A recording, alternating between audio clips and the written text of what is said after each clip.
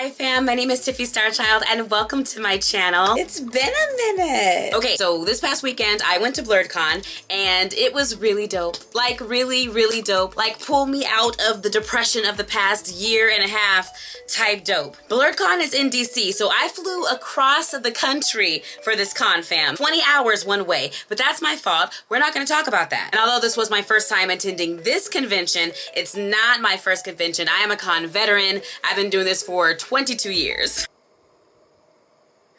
I did film all weekend and I have so many positive, beautiful things to share about the con, so make sure that you're following me and that way you know exactly when that content drops. And I had such a great time. It was such a positive experience. It's really a shame that a lot of the conversation after the con isn't about how great it was, but really it's about what went down at the cosplay competition. But it is important, so let me explain. In a nutshell, a white woman done won the cosplay contest for black people. For those that aren't aware, Blerd is a portmanteau of black and nerd, so accordingly, BlerDCon is a convention for black nerds. And before you pop up in my comments asking why it's necessary for black people to have their own comic book, anime, movie, pop culture convention, don't. By now, we should understand the need for marginalized people to have safe spaces away from racism and exclusion. And unfortunately, the nerd world is no different. So yeah, it is kind of wild that a white woman entered a cosplay competition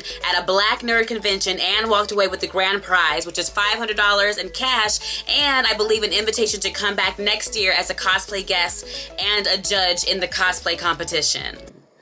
Let that sink in. So obviously people are upset, as they should be, and there's like 3 layers to this.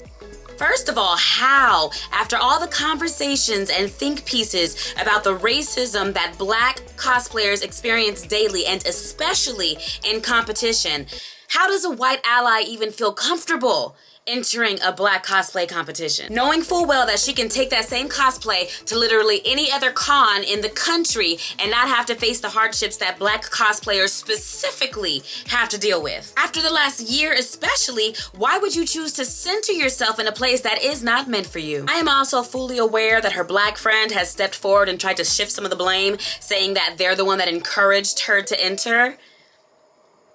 Okay, why would you set your friend up for failure like that? Y'all are both wrong, and to be honest, she's a grown-ass woman and fully responsible for her own decisions. So don't take that proverbial bullet for her, because it's a lesson to be learned here, and unfortunately, it's kind of harsh. Now, thankfully, last night the winner did decide to step down and return all of the prizes, and she did make a pretty decent apology. And I do feel for her. Hate comments and the death threats that she's been receiving are entirely unnecessary, and they really derail the conversation and the focus from what it needs to be on. Y'all are way out of line. I tend to give people the benefit of the doubt, perhaps foolishly. I do feel that her decision was careless and harmful, but I don't think that that was her intention. But as we know, intent doesn't outweigh impact. Secondly, what was the judges' criteria? Because listen, so when these cosplay competitions happen, there is a prejudging where the judges get to see the contestants up close and really examine their costumes. Like, they go over every detail. They're asking them questions about the build to really ensure that they are the ones that built the costume. They're looking for threads. They're just looking over all of these costumes. And so it's important to keep in mind that the judges are seeing things that we can't possibly see in the audience as we're watching the live competition, as we're watching them go across the stage, or even looking in photos later on. So maybe there was something really spectacular about the winning cosplay up close. But I'll be honest, it is very hard to see in pictures, and at the event I was up front, I was up on the stage. It was hard to see in person. I think there needs to be specific, transparent criteria and a breakdown of how the judges will be giving their scores publicly available prior to the competition. And separate these categories. You can hand dye and hand embellish and sew an entire ball gown, and that's an entire different skill set than prop building and working with thermoplastics or building with foam and things like that. Those should not be judged on the same playing field. Those are both very specific skill sets, and they need to be valued differently, not in the same category, because it feels like there was a lot of personal bias coming from the judges, and I don't like that. Not to mention that as this was unfolding yesterday morning, one of the judges decided to make a public statement that was entirely out of line and especially disrespectful to the other contestants that did not win. Some things should just stay in the drafts. And lastly, fam, the majority of the blame for this issue lies with BlerDCon itself, as does the responsibility to fix it. And again, I thoroughly enjoyed my time at the convention and I fully intend on returning next year, but loving something doesn't mean that you don't hold it accountable. The fact of the matter is, morality issues aside, there were no rules broken for the cosplay competition. Non-black cosplayers are free to enter the competition, so had the winner not stepped down herself, then the judges' interesting choice would have been upheld as valid because, again, no rules which are set by the convention, none of them were broken. And that there is a problem. To my understanding, BlerDCon is meant to be a safe space for black nerds specifically. It's inclusive, but that inclusivity becomes damaging when the disenfranchised group that the space is meant to protect no longer feels safe in that space. And unfortunately, that's what's happening as a result of this cosplay situation. And I hope that BlerDCon does everything that they can to fix it, but unfortunately, I don't know what that solution looks like. Excluding non-black people from spaces like these and from competition, it feels wrong to me, and I understand that not everybody is going to agree. And it stems from being excluded from places as a black person and not wanting others to feel that pain regardless of who they are. It would be nice, it would be wonderful if black people received that same consideration and kindness in return.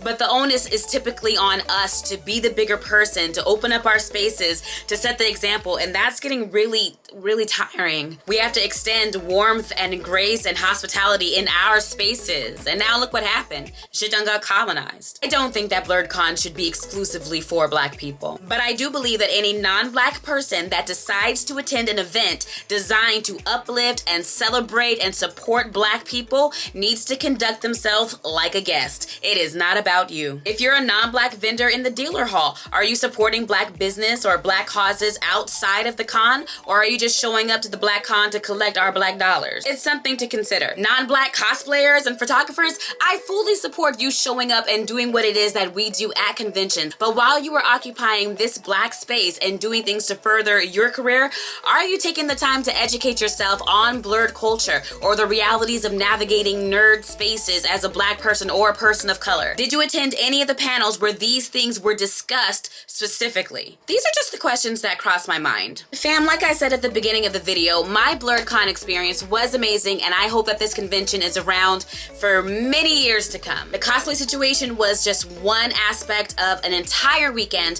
but it was significant and it did have a big impact. I trust that the creators of BlerDCon have the best intentions at heart, and I hope that the changes necessary take place, the reorganization takes place to make it better next year, to regain the trust of the people that are feeling very hurt by this, and rightfully so. I would love to know what you think, so please let me know in the comments. I cannot wait to show you what my weekend was like, so please make sure that you are following me across all social media platforms. I've missed y'all. I'm happy to be back. I promise not to make you wait that long for a video again, and I will see you next time.